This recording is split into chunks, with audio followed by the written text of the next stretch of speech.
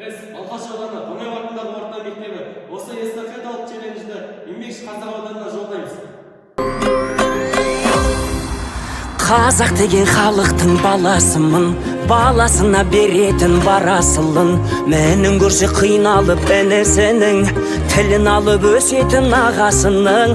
Қазақ деген халықтың баласымын, жағасынан алмайтын данасының, айтқанынан шықпайтын әкесінің, бір сөзінде шықпайтын анасының. Қазақ деген халықтың баласымын, алда талай алынар барасуым.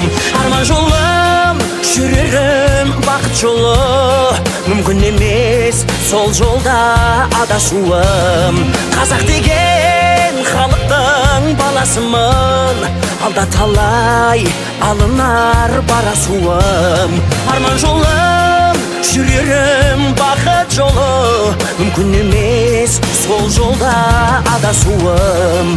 Қазақ деген халықтың, қазақ деген халықтың баласымын, ағы менен көзінің қарасымын. Халқын мақтан ететін әр жерлерде, салтын сақтап жүретін бабасының. Қазақ деген халықтың баласымын, жолға тастап кетпейтін жанасылын.